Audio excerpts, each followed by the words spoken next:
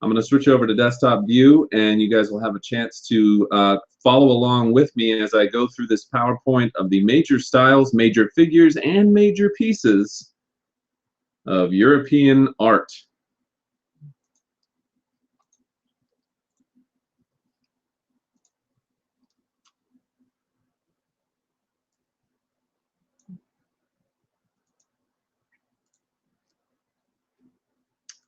So, to begin with today, this is our title screen AP European History Major Art Review. And I have this organized first by style and era, because I talk also about the years during which these styles came about and reached their prominence. Then I organize it by major figures within that style, and finally by major pieces from those figures.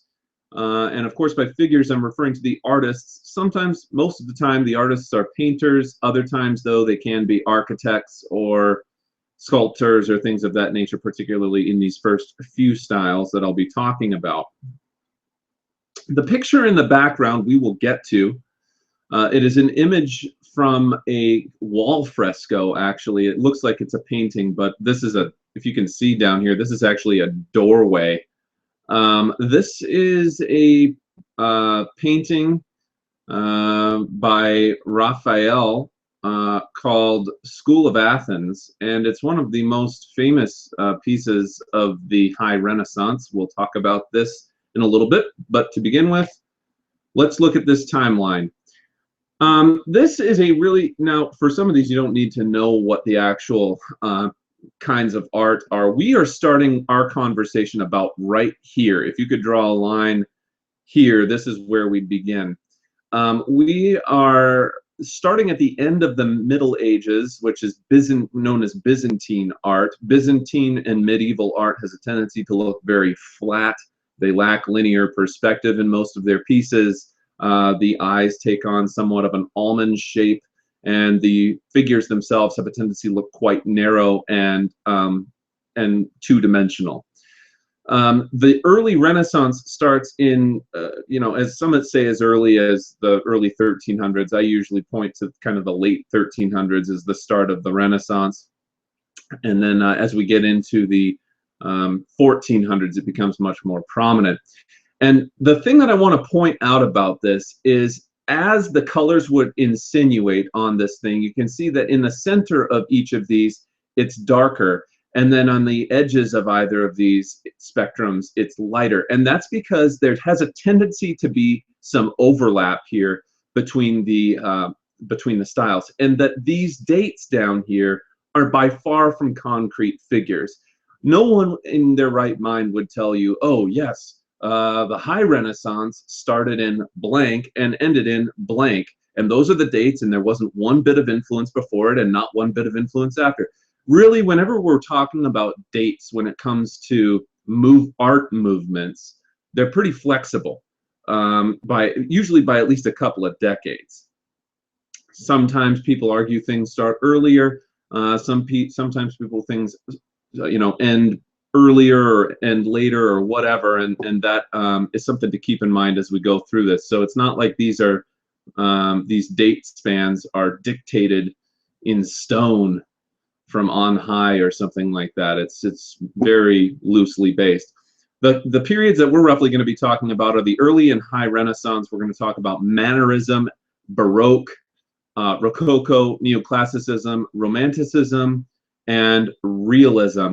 We will not probably get all the way up to Realism today, but we'll at least get through a few of these and show you some images that will hopefully help put these art styles into perspective and allow you, in the event that you ever get one, to answer on an FRQ or DBQ with some outside information related to the major art movements, figures, and pieces that they made. The first style that we're going to look at today would be known as the early Renaissance period.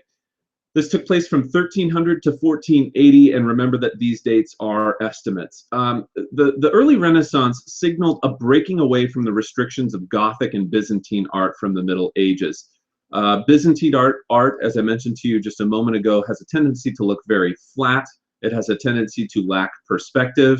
It has a tendency to have some pretty peculiar proportions, meaning that things don't really look like they're proportionately right. People's heads will be too big or too small. People's limbs will be too thin or too long. It just proportionality is off in Byzantine art. And this signals one of the major differences between Middle Age art and early Renaissance art, and that is the features of Renaissance art have a tendency to be much more representative of what we would consider to be modern, good art, good modern art. In other words, it uses things like, monocular. It takes advantage of monocular cues like linear perspective, interposition, and various things like that to convey depth in the image. It makes use of light and shadow to convey depth, and of course, one of the things that we will start to see is the movements move past the Renaissance is the conveyance of emotion through the art as well. So what are some major, by the way, sometimes they call early Renaissance the Quattrocento movement. Quattrocento movement meaning like the 15th century, but the 1400s is where we get quattro from. So 1400s, 15th century. And what are the features of early Renaissance art? Well, it's a return to classical values of humanism. We see the humanist movement and the major Greek and Roman influence rise up in the Italian states at this time. Remember that I say Italian states specifically because Italy won't unify for several centuries. There's an emphasis on emotion, and humanism was all about how humans were created more or less in the image of God and thus are perfect creatures, right? And so early Renaissance art emphasized the perfection of humanity and making a figure's appear more real than in previous art forms. I specifically said make figures appear more real rather than use the word realistic, because realistic is a confusing term when it comes to art. Realism in art does not convey the body as being perfect. Realism in art portrays the body as being what it is, which is imperfect. So, and the realist movement doesn't happen for several centuries. So you wouldn't want to say, oh man, all these figures, they look so realistic. I know what you mean by that, but if you were to write that in a DBQ and said, oh, the figures in Renaissance art look very realistic, they might take that literally, meaning like you think that they look like they're from the realist movement, which they don't, because the figures in the realist movement have a bunch of imperfections and they look fat and they don't look particularly good looking. Whereas the people in the early Renaissance look kind of super realistic in the sense that they are, more perfect than real people, and have more beautiful features than a person could be, and more clear skin than a person could have. So keep that in mind. Many pieces depict Christian or Catholic themes. Keep in mind there is no other Christianity than Catholic during the early Renaissance. Well, other than Eastern Orthodox Christianity, I guess. But there is no Protestant Reformation until the 1520s. So there is no alternative to Christian Catholic themes at this time. They obviously start to better use light and shadow and perspective in early Renaissance art, but it is not used to as masterful of a degree as it would be in high Renaissance art, which takes place just after the early Renaissance period. It's centered on Florentine art. Remember, Florence was the major city-state of, not really city, that's not an accurate term, it's the major Italian state that patronized all of this art from the Medici family during this time. So Florence is really in northern Italy, there is the major center of art for the early Renaissance. Later, the center moves down to Rome.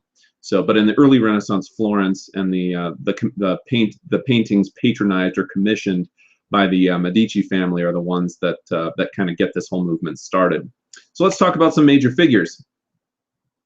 Here are some names that I would recommend you commit to memory for the early Renaissance. And the names are Giotto. Giotto was a painter. Filippo Brunelleschi. Brunelleschi. I always want to say Brunelleschi, but it's not. It's Brunelleschi, and he's an architect. Tommaso Masaccio. I can't say people's names. These are all Italian names. I'm not much of an Italian speaker over here. I'm much more of a English speaker. So Tommaso Masaccio, he's a painter. Donatello, the first of the 4 major Ninja Turtles who we'll talk about. Just kidding.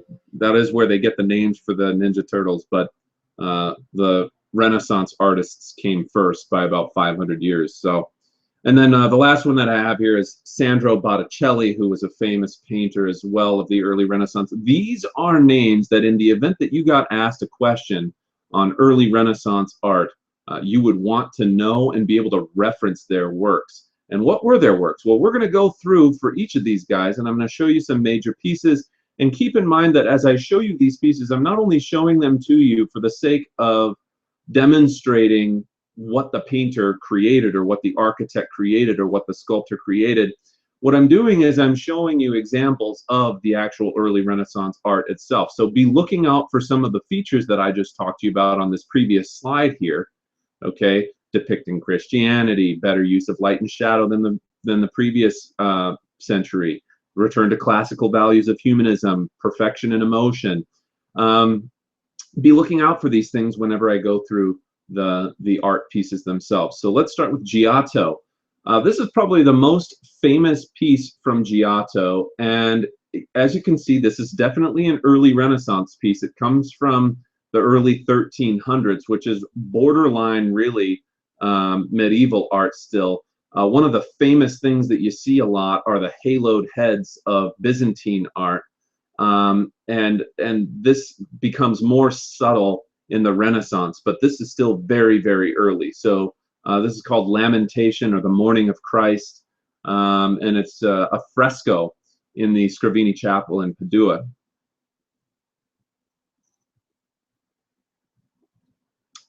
Here we have the dome of the Florence Cathedral. This one was done by Brunelleschi, the architect I was just telling you about. It's an impressive looking dome. These are people up here. So this gives you some perspective about how darn big this thing is. It is huge. Okay, so that is a full-grown adult right there, the size of my little mouse cursor. And that gives you perspective on just how massive this thing is. It's almost, this image, as you look at it, is almost an optical illusion. It's so perfect. Brunelleschi was a technical and mathematical genius, and his use of geometric optical linear perspective in creating the dome it is almost dizzying as you take a look at this image. It's really very beautiful. And this is the dome of the Florence Cathedral, and the name of the Florence Cathedral is Santa Maria del Fiore, and it's centered right in the center of Florence there in northern Italy. It was built right around 1446, or at least that was when it was conceived. Somewhere between 1446 and 61 was when the dome was constructed. This is our next piece. This is a piece from Masaccio called the man, I'll tell you what, I can't. It's a triptych. Okay, I can pronounce triptych. San Giovanale. I think that's San Giovanale triptych. And what is a triptych? It's actually a folding kind of movable art piece. And in this particular piece, which of course has these Christian themes on it, one of the things to keep in mind about early Renaissance art is that a lot of times baby Jesus, obviously this is Mary, mother of Jesus, Virgin Mary. Jesus is almost portrayed as like an infant version of a 33-year-old man. So Jesus does not look like an infant. It looks like a small human, small full-grown human. And that's a very common thing to see in early Renaissance art. But it says here, Masaccio is concerned to suggest three-dimensionality through volumetric figures and foreshortened forms is already apparent here. And so we see his use of kind of three-dimensionality. This is a chair that they're sitting on. You can see, I wish you could see me like motioning here, but You can see that there's some degree of perspective here, that this person is behind these two angels kneeling in front of them, that these folks are standing off to the side. This is already conveying more dimensionality than the previous art form in Byzantine art, and this comes from about 1422. Next, we have the bronze statue of David. Now, don't get Donatello's David confused with the other, probably more famous statue of David by Michelangelo, and that's they're in two totally different museums, and they're from two totally different times, and they're made of two totally different materials. This one is made out of bronze. The other one's made out of marble, I would assume, and it's the first freestanding nude male sculpture made since antiquity. Antiquity meaning the ages of Greece and Rome. Greco-Roman antiquity is what they're referring to here. And this particular piece was actually requested by the Medici family. So Donatello was paid for by the Medicis to produce this piece, David being the famous story of David and Goliath from the Bible. And this is his depiction of David in bronze form. The next image here I have is probably the single-handed most famous piece from Botticelli. It's known as The Birth of Venus. It was created around 1483. This was an example of the Neoplatonic school that had been rising up in Florence at this time. Neoplatonism is the idea that,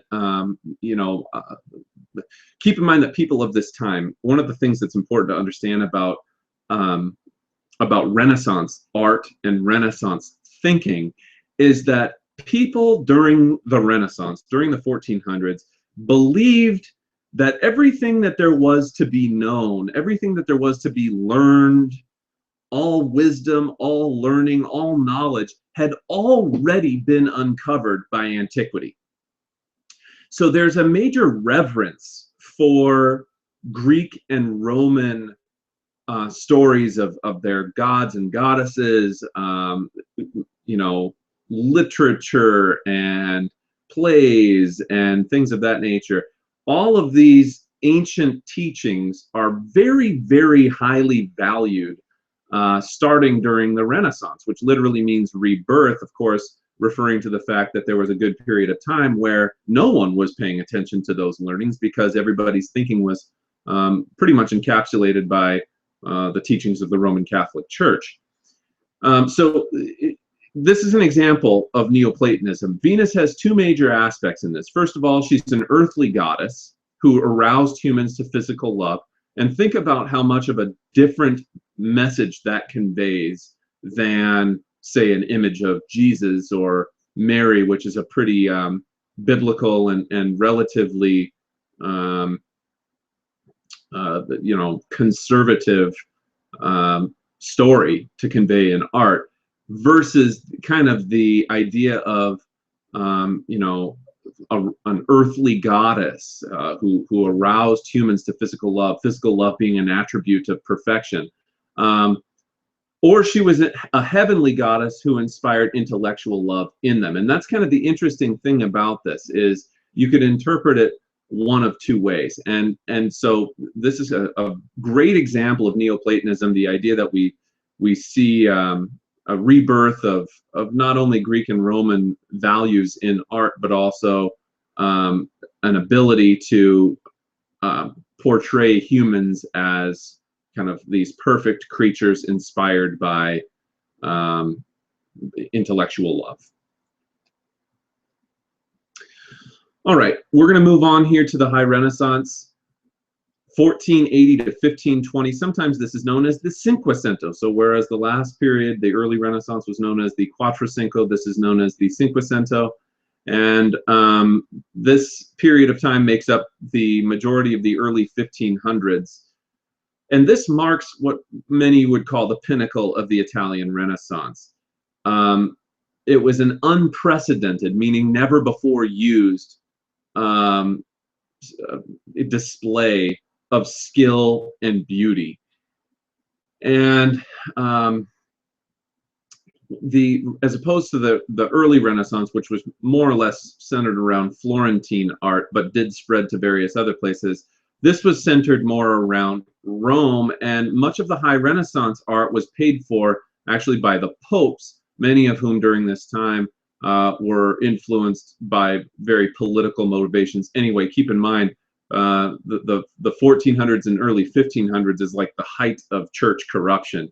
And the reason that the church would have been paying for pieces like this is for a couple of reasons. Number one, whenever you pay for art, like for instance, the Medici family or whoever, doesn't really matter who it is. If you're paying for art, that says something about you, your spending ability, and your social status. And Italy, more so than other places in Europe at this time, has a pretty healthy merchant economy versus, say, France and England, which during the 13 and 1400s remained relatively feudal and patriarchal and very, rigid in terms of their social structure. In the Italian states, due to their proximity to the Mediterranean Sea and their ability to trade with the East, had a pretty healthy merchant economy. And if you're paying for art, that says something about what your family can afford. It says something about who you are. It says something about your class status and your importance. And if you're the church, well, there's definitely a degree of kind of self-glorification that goes into having pieces commissioned to represent the church. And where would these pieces be painted but in the ceilings of cathedrals and displayed in various churches, and even the churches themselves, many of them are constructed in the style of the Renaissance and future styles. So, I mean, the church uses art as a way of glorifying God, but also the kind of the earthly structure of the church. And so this is paid for in no small part due to the popes. What are some features of high Renaissance art? Well, we of course see the continued use of classical inspired ideas of beauty, harmony, and balance, but it's taken almost to a new level in high Renaissance art. The male form in particular, you'll notice these guys kind of look like massive bodybuilders. I mean, these people, they are trying to depict perfection in these images, and if you think to yourself, oh gee, well, they just made all these pieces of art because that's what people looked like back in those times, you can think again. The people, it's not like people back in the high Renaissance, everybody walked around with like 6, 8, or 10-pack abs with some ripped glutes and some ripped biceps and beach bodies and stuff like that. That is definitely not the case. So in case you're like intimidated by the fact that boy, people today, they've really let themselves go or whatever, no, they really haven't. They pretty much more or less look the same as they did 500 or 600 years ago. It's just how they were portrayed in art is different. Anatomical and scientific accuracy was important to them, and so they wanted to have the proper proportions. They wanted to portray humans as perfect, as creatures of the earth, but also created in the image of God. And then there's a sensual use of color, whereas Byzantine and early Renaissance art may have at times seemed somewhat kind of muted in terms of their color palette. There's a lot of use of color in the high Renaissance, and there is a more of a willingness during this time to break away from purely biblical themes, even though the church is the one that's paying for these pieces to be commissioned, more or less because they are embracing the notion of uncovering these ancient texts in search of human truths. You start to see the origins of a technique known as sfumato during this time, which we've talked about before, which is like a smoky softening of an image, mastered, of course, by Leonardo da Vinci first. Who are some figures that you're going to want to know? By the way, this is the dome of the St. Peter's Basilica in Rome, and it's obviously an internal shot, an interior shot of the dome. It's absolutely gorgeous. Um, you know, one might argue that this isn't done in the High Renaissance style. At least these pieces up here are done in the High Renaissance style.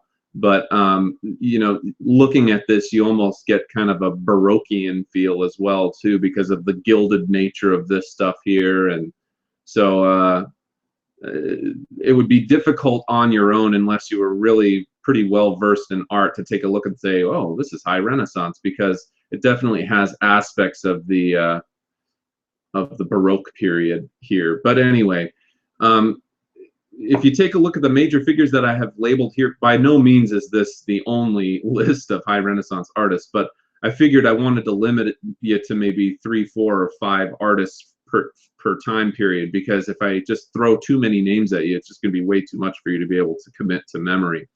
So the first one that I have here is Leonardo da Vinci, Raphael, Michelangelo. That makes up the other 3 Ninja Turtles that we talked about before, and then Bramante.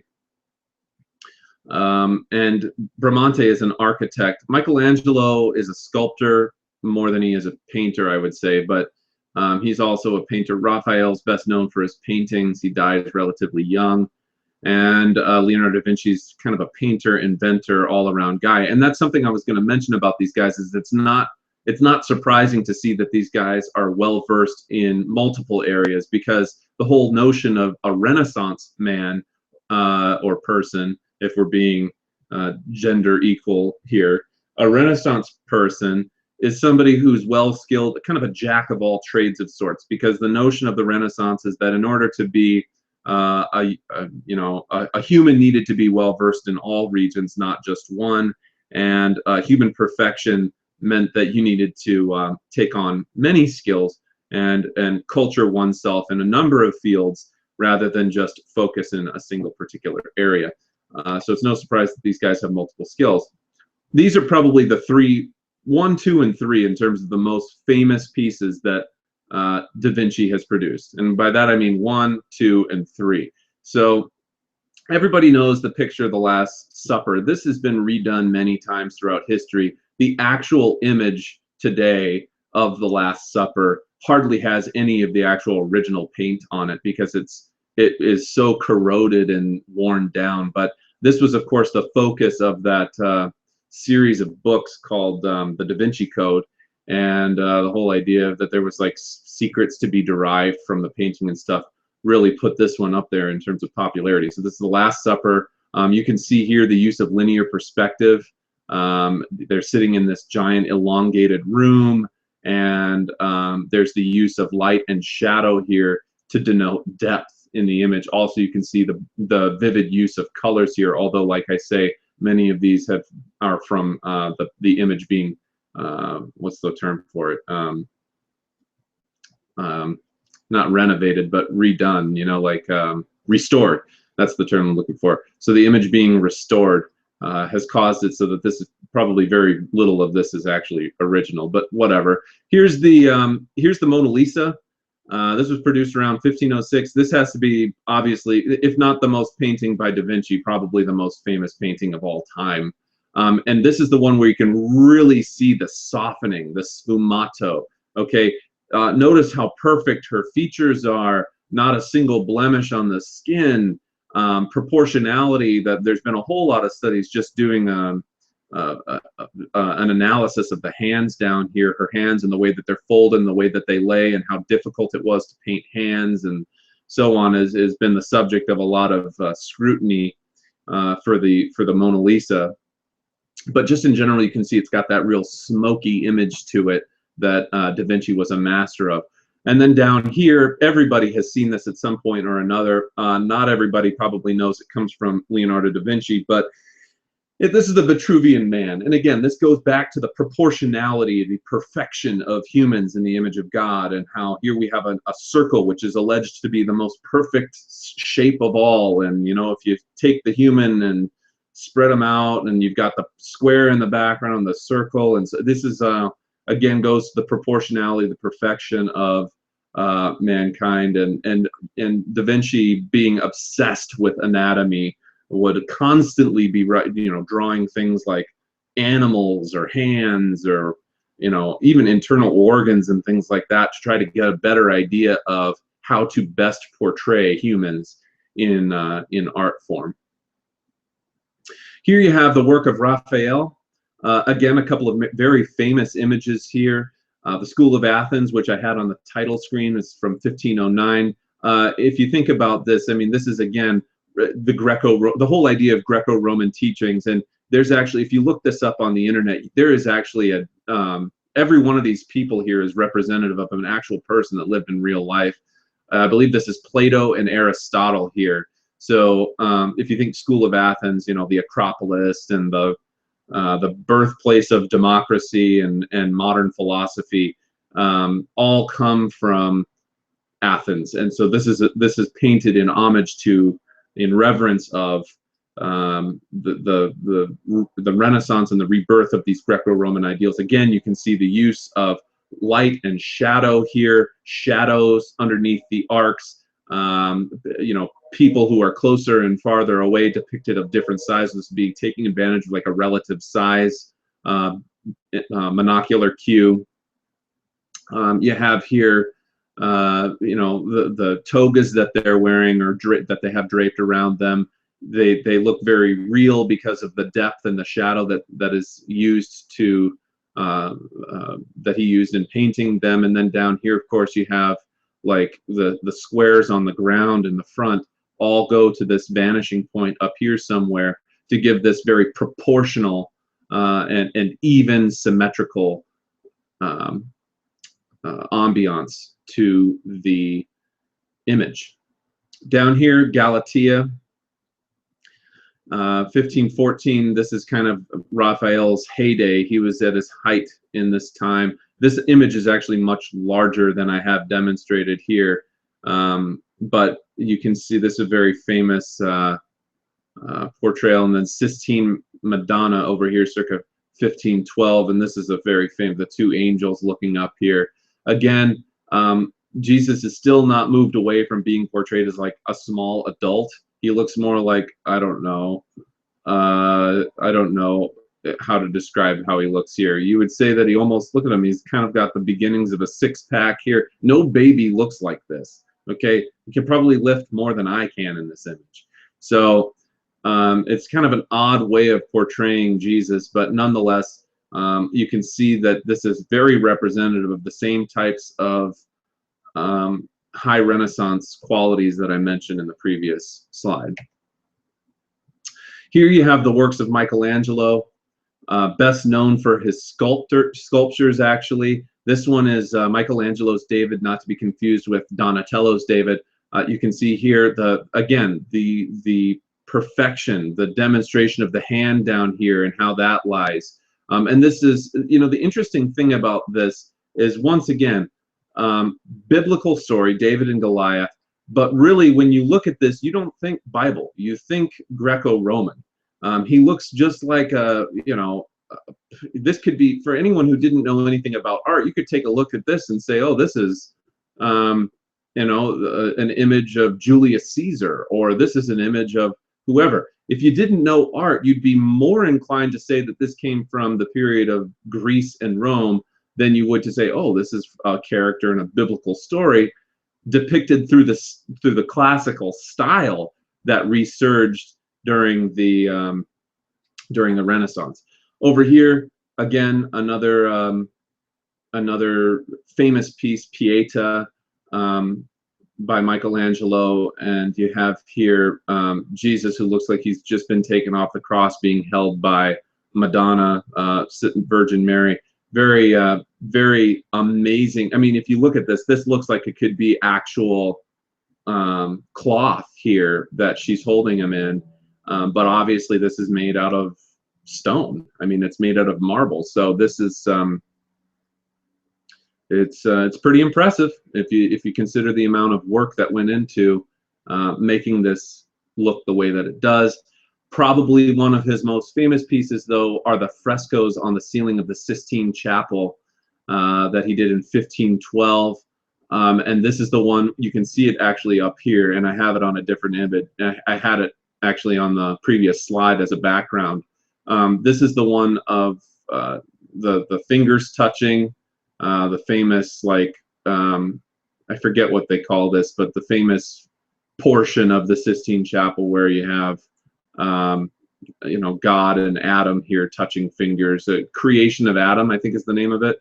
Anyway, all right, and then last but not least, for the high Renaissance artists, we have Bramante, and Bramante is best known for his Renaissance design of the St. Peter's Basilica in Rome. Don't get St. Peter's Basilica confused with like Peter the Great from Russia. You don't want to think, oh, St. Peter's Basilica, that's probably in St. Petersburg. No, it's in Rome, and Russia wasn't even really a kingdom at this point. It was still a tsardom actually at the time. So we wouldn't even call it Imperial Russia or anything at this point. But this has nothing to do with Russia, nothing to do with Peter the Great, it has to do with literally St. Peter, and it's based in Rome. What are some features of this? You can see here the dome.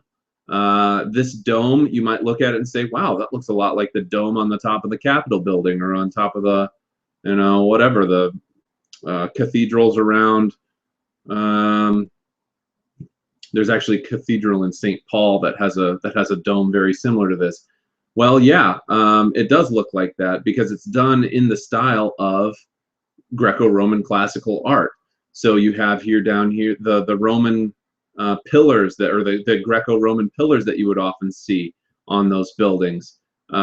This, I forget the name of this right now. I'm totally blanking on the name of it, but there's a word for that triangular shaped piece there. I want to say it starts with a P. I'll think of it later at some point. But you have here the dome, and the whole style is done very much in the same way that those ancient buildings from Greece and Rome were done. And then down here you have the Cortile del Belvedere, and that was also done by Bramante. So that would be another. You can see it's not as easy to see in this one, but there actually are pillars here as well, and the use of archways is another major function of Greco-Roman architecture. So that might be another example you could use. Okay, before I move on to Mannerism, I'm going to double check, make sure we don't have any Q&A things here.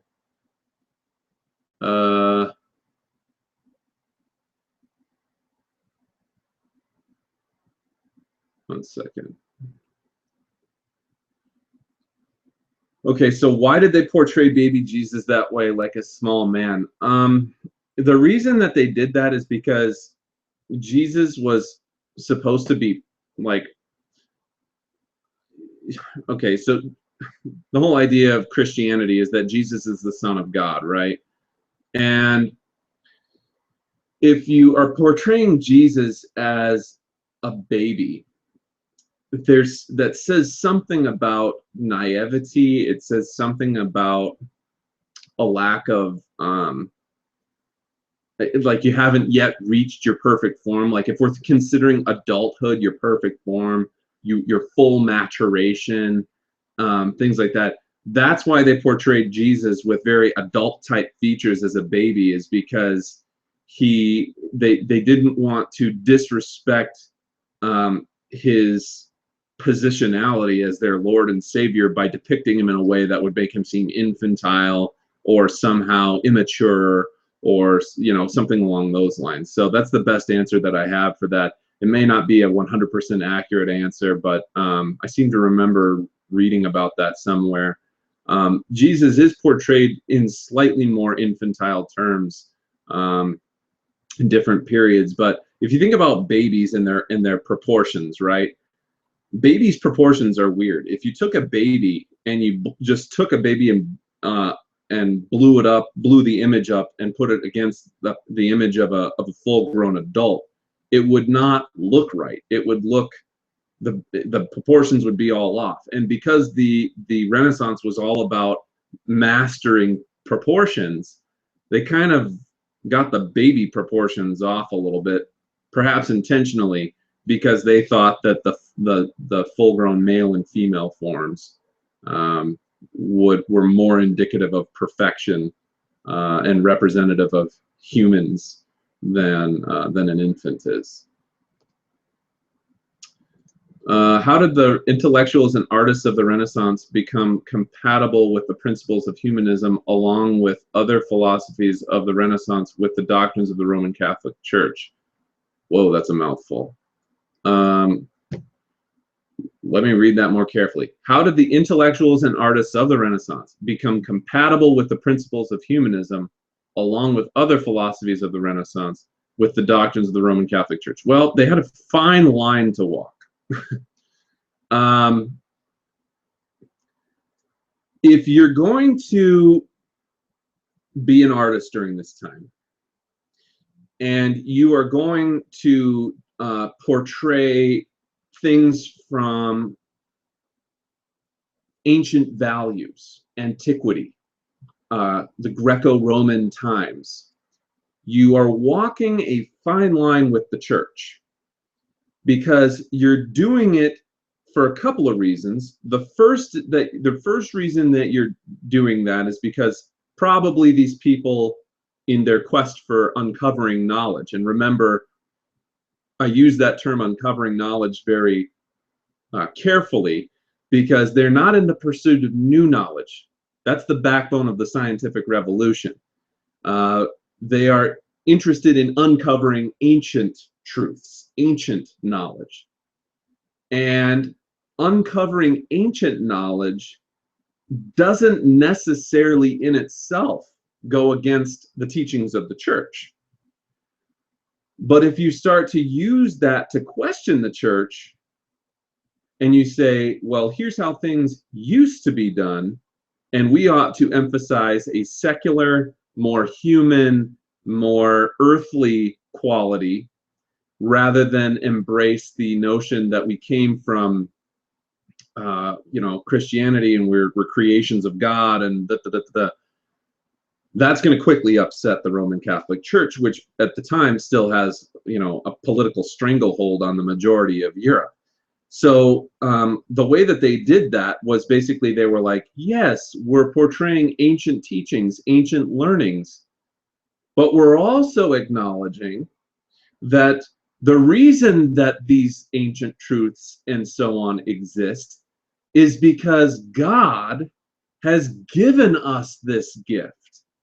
So they're able to, you have to think about how they're interpreting these ancient teachings, these ancient values, this ancient kind of humanistic revival through their conceptualization of the Roman Catholic Church. So these guys were definitely highly religious, highly Catholic, devout practicing Catholics. But the nature of the whole idea of portraying imagery of non-religious stuff in art is itself a questioning of Christianity and its place in the Renaissance. So the mere fact that you would portray Venus in an image, or the mere fact that you would portray Aristotle or Plato in a painting, questions the role of the church, which to this point had been pretty strict in terms of its willingness to acknowledge anything that didn't have some biblical theme as art. So it's a complicated issue, but more or less what they do is they say, well, the reason it's okay is because God made us in that image, and so we're actually just portraying, the features that God bestowed upon us. And they kind of circumvent the old Catholic Church and its rules on biblical art by doing that. Hopefully that provides you a thorough enough answer. It's 5:18. We'll go for maybe another 15, 20 minutes, and then I got to get back to typing my paper. So here we go.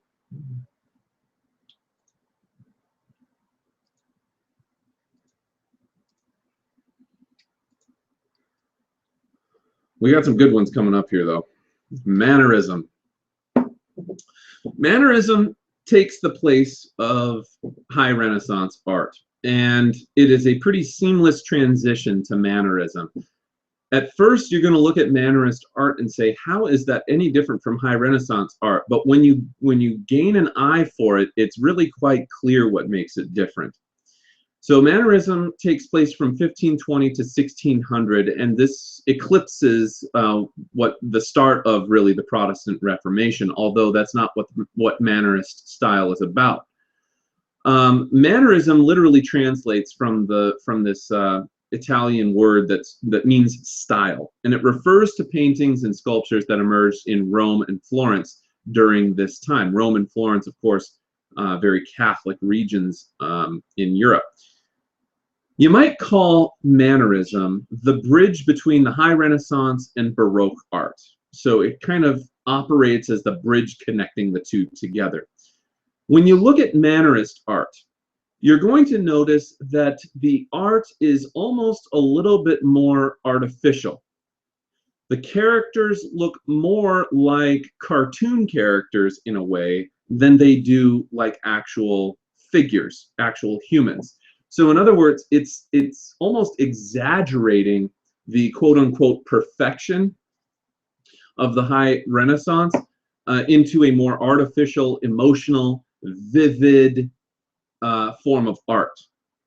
High Renaissance art was much more naturalistic in the sense that, you know, we're trying to portray humans in their natural beauty, in their natural perfect form. High Renaissance art is different, though. I mean, excuse me, Mannerist art is different, though, because you're gonna, as I show you here, you're gonna see that it's an exaggeration of High Renaissance art. The two major painting techniques that come into play during this time, and this isn't to say that they didn't exist at all before this, but they're taken to a whole new level in Mannerist art, are chiaroscuro, which translates roughly to light dark. And this is, a lot of people think that chiaroscuro is the dramatic use of light and dark to, you know, convey emotion. It's not really that. Chiaroscuro can be used in more subtle fashions than that. Really, all it is it's manipulating light and shadows on particular parts of images or objects within the image to give a 2D flat image a very 3D depth type of perspective. Now, how is that different from tenebrism? Well, tenebrism is taking and literally having major portions of your painting that are almost completely black, dark, deep, deep, deep shadows. And this is meant to draw a really dramatic light contrast between parts of your image that are completely shrouded in darkness and other parts of the image that are almost completely bright. It's like taking chiaroscuro to like the next level. It's way, way, way more dramatic use of light and shadows than chiaroscuro is. So think of chiaroscuro as being subtle, as being like, you know, if you were to maybe, if you were drawing a cube and one side of the cube is slightly darker than the other side of the cube so as to give it some depth. That would be chiaroscuro. Tenebrism is taking an entire portion of the room and basically painting it all in black to draw a huge contrast between the portion of the room that is light. So much so that it looks almost like, when you're looking at the image, it literally looks like somebody is taking a flashlight and shining it on that part of the image. That's tenebrism. So don't get those two confused. So for instance, first of all, let's talk about these figures here. El Greco, he's a painter. Giuseppe Arcimboldo. Arcimboldo, you'll remember easily because Arcimboldo did these paintings where everybody's face was made up of like fruit and vegetables. It's really, really weird. Then there's Antonio de Correggio. Correggio is one of the best known Mannerist painters. And then lastly, I have Bronzino, who's another Mannerist painter. So these guys are all painters. Let me show you a little bit about what I mean by this. Here's El Greco. And the first thing I want to point out about this, look at how this image is different than your high Renaissance images. It almost looks, he's got kind of elongated features. That's a feature of, I didn't write that, but that's a major feature of Mannerist style, is this elongated feature. The faces and limbs look elongated. And it's almost a caricature in a way.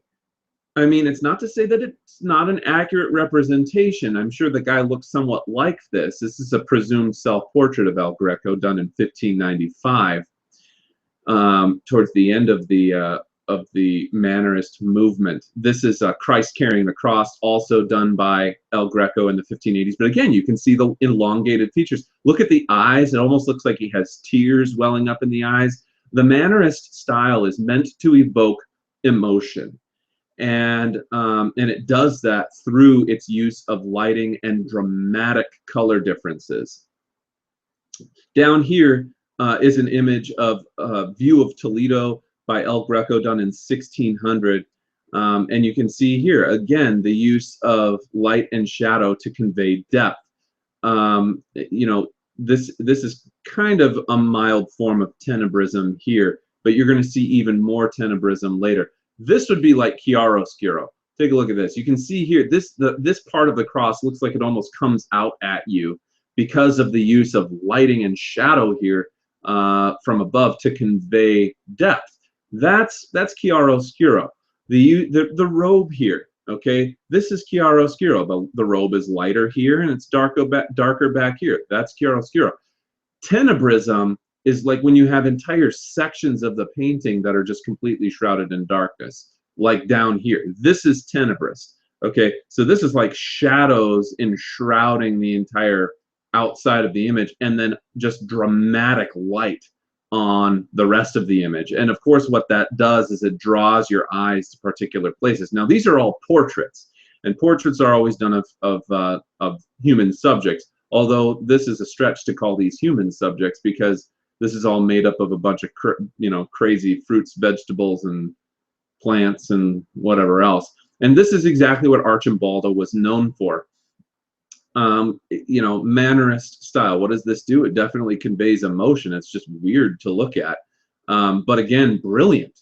And look at the use of the shading and the lighting on the various fruits and grapes, and the dramatic use of color. And this conveys an emotion. I mean, when you watch it, when you look at something like this, it definitely, you know, it's a little bit fun. You know, it's different. This one's down here is my favorite one. It looks like the Wicked Witch of the West or something like that down here. It's really cool looking. But again, this is a bunch of branches and like stumps coming out here, and this is called Four Seasons in One Head. If you ever needed to remember Arcimboldo and what he did, you just need to remember he's the guy who made a bunch of portraits out of people with, you know, fruit and vegetables and flowers and things of that nature. Vertumnus, this is probably his most famous one though, is Vertumnus. And this is a portrait depicting Rudolph II of the Holy Roman Empire, painted as Vertumnus, the Roman god of the seasons, using fruits, vegetables, and other things. Very Mannerist thing to do. Correggio is another painter, and Correggio is the guy who made this fresco here. This is a very famous Mannerist fresco, and I wish that I could show you, you know, different perspectives of this.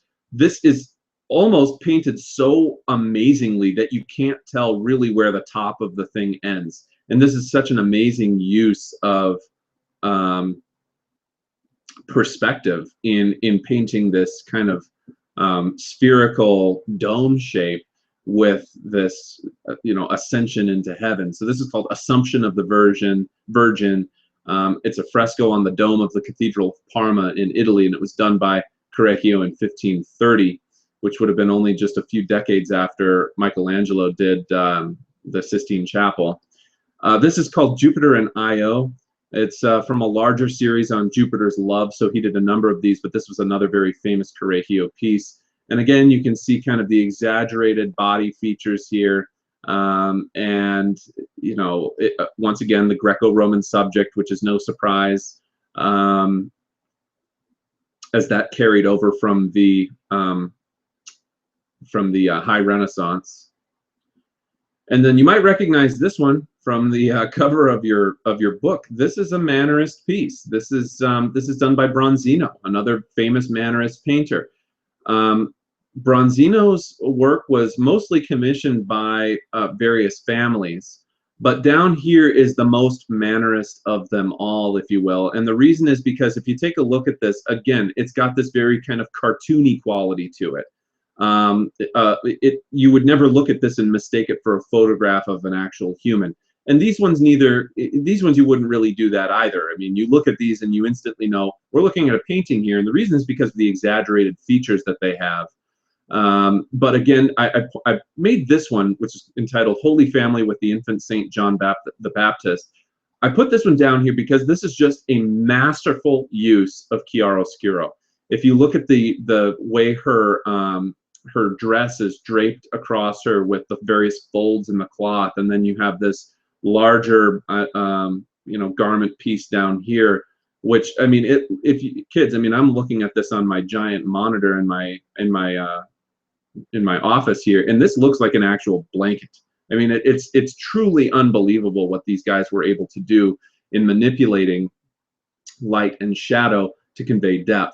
But again, I mean, you can see it right here too. This is Eleonora de Toledo, Colfiglio Giovanni, and the Giovanni family is the one that commissioned this particular painting in 1544. So all of these pieces here are Bronzino pieces from the Mannerist style.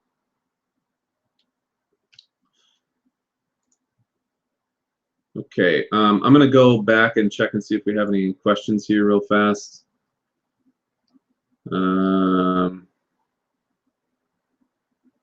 We have 9 viewers, so hopefully I haven't been putting you guys to sleep.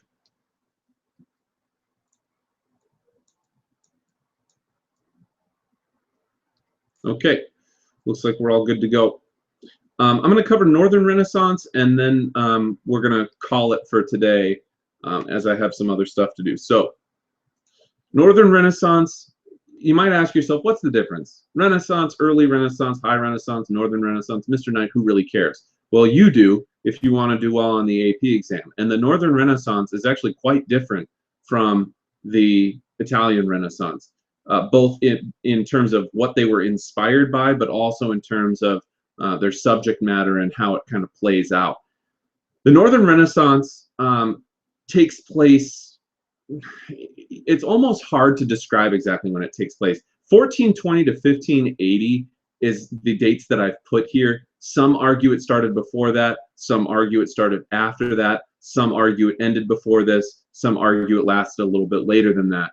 They're rough dates. And the Northern Renaissance takes place, generally speaking, after the Italian Renaissance. So the French Renaissance, for instance, happens after the Italian Renaissance, which took place first. The Northern Renaissance takes place all across Northern Europe. But the thing about Northern art, and when I say Northern, I'm referring to the Germanic states, France, England, artists from what becomes the Dutch Republic, and so on.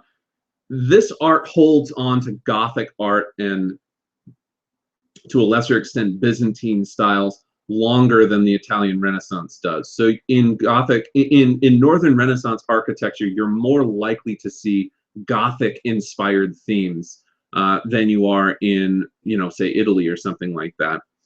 And part of the reason that the Northern Renaissance takes longer to spread has to do with something I told you about before, which is the idea of free commerce. Most of Northern England is exceptionally patriarchal, meaning very male-dominated, very rigid hierarchical system where God is at the top, then you got the king, and then you've got the nobles, and then you've got kind of your more or less middle class type folks, which are like your knights and maybe your yeoman type folks, and then you've got farmers. But your middle class is very, very, very small and limited in this time, and your merchant class in many of these places is almost non-existent. Burgundy of northern France and the Low Countries being maybe the only exception. Burgundy was a territory of northeastern France into like where modern day Belgium is, and so Burgundy has a pretty strong commerce center. But other than that, most other places are pretty patriarchal.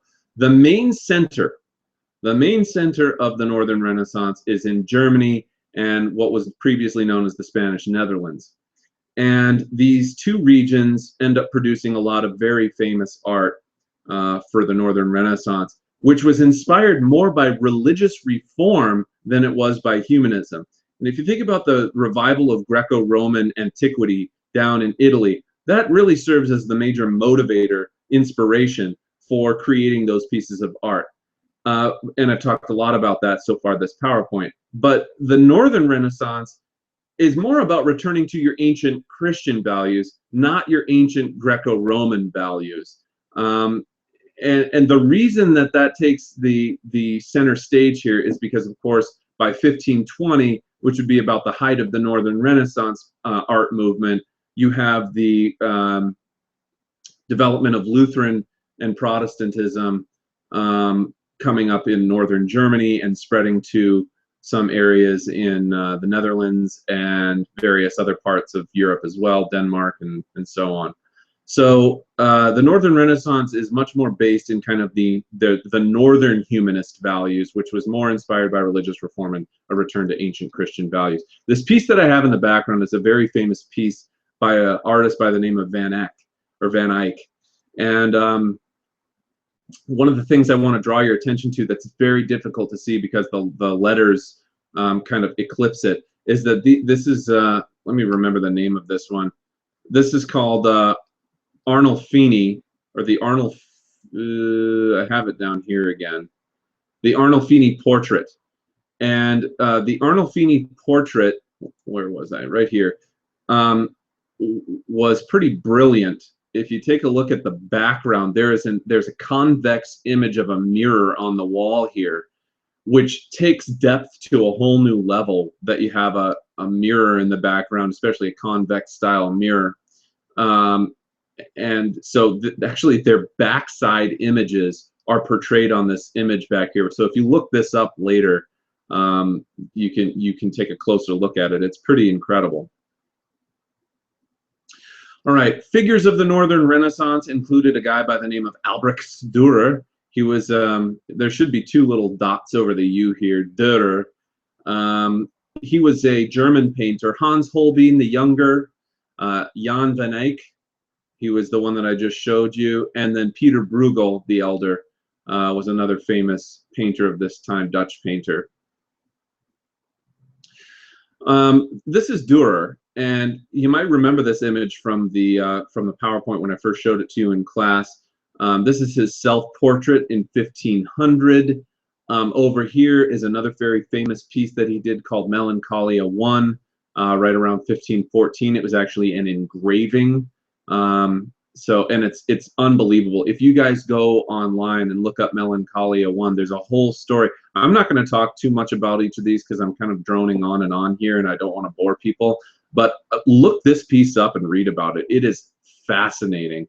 And you can see the beginnings of like an embrace of science here. This is a compass of sorts. By 1514, the New World has been discovered, and you know, kind of an embracing of maybe very, very, very early scientific values here is pretty interesting. And then this is a portrait of Maximilian I, who was the Holy Roman Emperor during this time, and he was also Dürer's foremost patron. So might be worth it if you guys have a little bit of time to look a little bit more into these images here. But these are all pieces indicative of the Northern Renaissance. Here's a couple of more famous pieces. This is my personal favorite. I love Hans Holbein. He's my favorite painter. This is obviously Henry VIII of England. Henry VIII, not a man wanting for a meal, I'll tell you that much. He was a very, very large man. There was some quote once, I think, from one of the king's ministers, who basically said like the king's robe could fit 3 full-grown men in it or something like that. I'd have to go back and read what it was, but I mean, he was just an enormously, literally larger than life sort of a guy. Down here you have Thomas More, Sir Thomas More, being one of the major thinkers of the time. Thomas More, known for his piece Utopia, of course, so he's kind of a socio-political commentator of the time, and obviously a major figure that you would need to know just in terms of the humanists. And the northern thinkers. Then you have over here a painting that I've actually seen before in real life. It's quite large. It's more or less about 4 feet by 4 feet, which is pretty big for paintings of this time. It's a painting called The Ambassadors. And one of the things that's brilliant about this, of course, you have kind of these types of navigational tools here. 1533 is, you know, the starting of the scientific revolution and the use of navigational tools and the advancement of technology to find one's way across the sea. Of course, still in search of the Northwest Passage over to Asia, so that they could trade over in the Far East. But anyway, without Muslim interference in the Middle East. But anyway, so this piece here is called The Ambassadors, right? And you're looking at this and like, oh, this is a nice piece. You got this guy standing here and you got this guy over here. He's like, what do you want from me, right? Well, down here, you have this crazy kind of weird thing that looks like kind of a feather. And you look at it and you're like, oh, that's weird. If you go over, though, and stand next to the image, this is a skull. And if you look at the image from a totally different perspective in the room, as you're standing almost like kind of perpendicular to the painting, if you were to stand, like if this was hanging on the wall over here, and you walked over here and looked at it almost from a tangential view across the surface of the painting, this would look like a regular, proportionately accurate skull. And there's a whole story that goes into this, that if I was a better teacher, I would know the story off the top of my head and tell it to you right now. But unfortunately, if you want to learn the story behind The Ambassadors by Hans Holbein, you're going to have to look up this image on your own and read about it. But these are 3 very famous portraits and images done from the Northern Renaissance. Next guy that I want to really quickly talk about, I already mentioned him before. His name is Jan van Eyck. And Jan van Eyck is a Dutch artist. This is a probable self-portrait. We don't really know if it's him or not, but it probably is. This is the Ghent altarpiece, one of his most famous pieces. As you can see, it's inspired by religious themes. And again, this altarpiece folds. So actually, this closes. These 2 things open up. They're on hinges here, and they it's the altarpiece for the St. Bavo Cathedral. And you can close these, and there's other images painted on the opposite side of these little doors here that close. And this whole thing tells a story. And once again, if I was a better teacher, I'd know the whole story it tells. But if you want to look it up, just research Ghent altarpiece, and you'll be able to find it. And then probably his most famous piece was the Arnolfini portrait of 1434. And this was a detail. So in other words, this is zooming in on one part of that image so that I could show you that convex mirror here a little bit better that I was telling you about earlier. And you can see here the back sides of the 2 major figures in the image. It's like an unbelievable amount of detail to include in an image of this sort. Down here we have the famous painter Peter Bruegel, and Bruegel was known for doing pieces like this. In fact, you've been asked test questions about Peter Bruegel before. This is thought to be his self-portrait. The name of this piece was actually a drawing called The Painter and the Buyer, and people think that this is him drawing himself as a painter, and then here would have been the buyer over on this side. This is an image called The Peasant Wedding. One of the things that you sometimes see in Northern Renaissance art is an attention to the peasantry that you don't see down in Italian high Renaissance art. So that would be a major point of consideration when you're trying to delineate between features of Renaissance art and, excuse me, high Renaissance and Northern Renaissance art, is especially Dutch artists' willingness to look at a side of life that maybe isn't so often portrayed in high Renaissance art.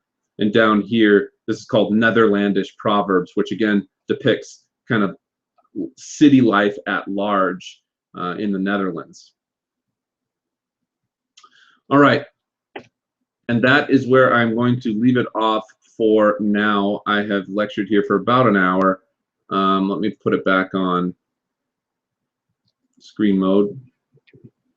So, just to wrap things up today, the periods of art that we covered were the early Renaissance, the high Renaissance, Mannerist style, and the Northern Renaissance, and the various artists and pieces by those artists within those styles. Hopefully this has been of a help to you. If you would like to ask any other questions, I will be looking out for them right now. As we move forward, I have a number of other styles to tell you about, but this should be a pretty good review of the very earliest styles of art that we talked about in the class. And I recommend that if you are still left with any questions or curiosities about any of the images that we looked at today, to just do a quick search on them and look them up that way. And to the for those of you that are my students watching this right now, the art boot camp thing that I have posted on Schoology is another great opportunity for you to go back and look at some of this stuff. I will be doing more on art in the near future, and I still intend to finish up my review on the major wars and the English kings. So with that in mind, you know, stay tuned and keep your phones close by so that in the event that I text you via remind, you guys are aware of the broadcast that I do here coming up in the near future.